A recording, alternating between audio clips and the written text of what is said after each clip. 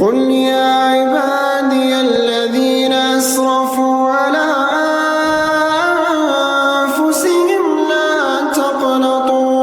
لا تقنطوا من رحمة الله إن الله يغفر الذنوب جميعا إنه هو الغفور الرحيم وأنيبوا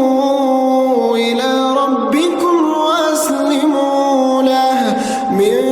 قبل أن يأتيكم العذاب ثم لا تنصرون واتبعوا أحسن ما أنزل إليكم من ربكم من قبل أن يأتيكم العذاب بغتة وأنتم لا تشعرون أن تقول نفس يا حسرة على ما فرطت في جنب الله وإن